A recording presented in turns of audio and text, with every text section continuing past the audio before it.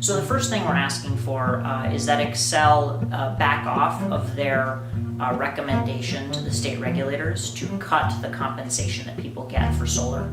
So right now, people who subscribe to a solar garden, get their energy, get a pretty good compensation from Xcel. It's enough that they're actually going to save money by doing it, which is important for low-income access. Xcel has requested to the PUC that that compensation be lowered, which would dramatically cut the savings that people who participate in community solar get, and we're asking them to back off of that. So the second thing we're pushing Xcel to support is a new financing mechanism that would basically eliminate the need to use credit scores to qualify subscribers. So right now, financiers for community solar look at who's subscribing and they say, is this person going to pay for their solar garden subscription? And right now they use the credit score for that, which means low-income people and often people of color aren't going to qualify just because of things that have happened in their lives. Really, that's not what we should be looking at. We should be looking at, do people pay their utility bills? And people pay their utility bills really consistently.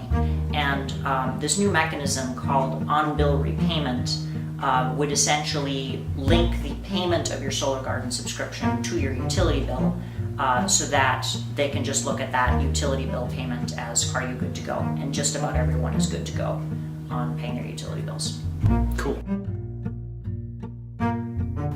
So the third thing we're pushing for is a new electric rate structure that's basically based on the principle of if you use less, you pay less. If you use more, you pay more.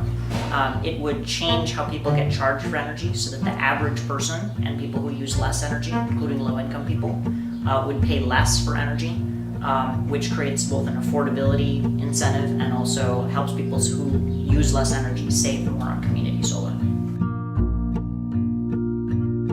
And then the fourth thing that we're pushing for is just Xcel's support and participation in all the workforce development and job training that's happening around solar. So making sure that people across all of our communities, and particularly low-income communities and communities of color, can get jobs installing solar, designing solar, really putting together these community solar gardens at all steps of the process, so that community solar becomes a tool to reverse the inequity and unfairness in employment that's happening across our state.